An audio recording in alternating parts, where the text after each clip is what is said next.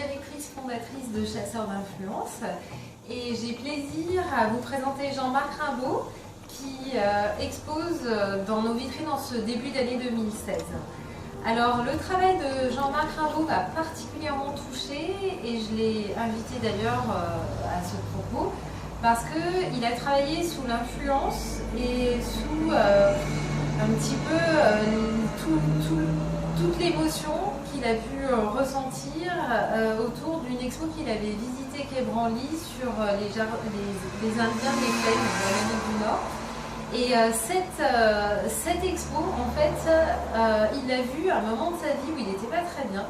et ça lui a créé une espèce de déclic créatif où il a eu envie de mettre en volume tout un tas de souvenirs qu'il avait enfouis à l'intérieur de lui quand il était petit, sur cette époque un peu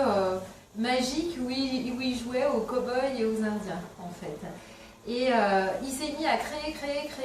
et à essayer de représenter un petit peu ce qu'il avait pu voir, ce qui était un peu dans sa mémoire, tout ce qu'il a pu récolter en faisant des recherches dans les ouvrages qu'il a chinés à droite et à gauche, et il a commencé à faire une parure, 2 parures, 3 parures, 4 parures, et il a développé après une énergie créative telle que ça a impressionné toute sa vie en fait, et tout son entourage. À travers ce travail, Aspiration indienne, en fait, Jean-Marc, à quelque part, est revenu à la vie. Son travail l'a aidé finalement à sortir d'un moment où, on peut dire, il a perdu pied, il a perdu le goût, il a presque perdu l'envie de vivre. Et à travers ça, on peut dire que toute cette énergie créative l'a ramené. Et le sujet est particulièrement pertinent aussi parce que, au-delà du fait que c'est beau,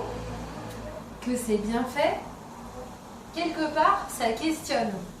Ça questionne quoi? Ça questionne les traces, ça questionne la préservation de la planète, ça questionne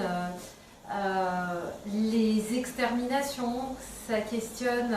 la fin d'un monde, ça questionne la colonisation en quelque sorte. Et puis finalement, à la fin, tout ça, c'est quel est le sens de la vie, pourquoi on est là et où on va. Vous voyez, ce sont des questions qui, chez Chasseurs d'influence, font partie vraiment de notre travail. Et chacun des artistes que nous invitons à exposer ici, dans nos vitrines, d'une manière ou d'une autre, répondent à ces questions. Et ce qui est exceptionnel et très pertinent dans le travail de Jean-Marc, c'est qu'il a fait l'unanimité. On a eu énormément de gens, et pas simplement des amateurs du sujet. Je veux dire, les Indiens des plaines d'Amérique du Nord, c'est un sujet qui passionne beaucoup de gens, mais qui laisse un peu indifférent aussi beaucoup de gens, parce qu'on a une distance, on n'est pas forcément très concerné. Mais le travail de Jean-Marc a interpellé, je peux le dire, une majorité de gens de tous les âges, finalement, de toutes les catégories sociales, qui n'ont pas hésité à rentrer, à poser des questions, à se dire mais c'est qui, c'est quoi, c'est pourquoi vous faites cette exposition, qu'est-ce que vous allez en faire, qu'est-ce que vous avez voulu dire à travers ça, et à chaque fois sont repartis avec des étoiles dans les yeux. Parce qu'ils ont compris à quel point l'énergie créative est salutaire. Et ce qui a été magique aussi dans ce travail-là, qui a énormément touché les visiteurs,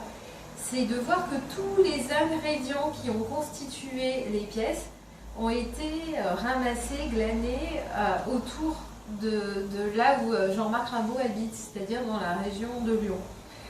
Des plumes du parc de la Tête d'Or, du bambou de Miribel-Jonage, des éléments qui viennent de Dessines. Et ça a été, le fait d'aller ramasser, glaner toutes ces pièces, ça a été très fédérateur. Ça a permis de créer des liens et de former une espèce de tribu autour de Jean-Marc Rimbaud de personnes qui ont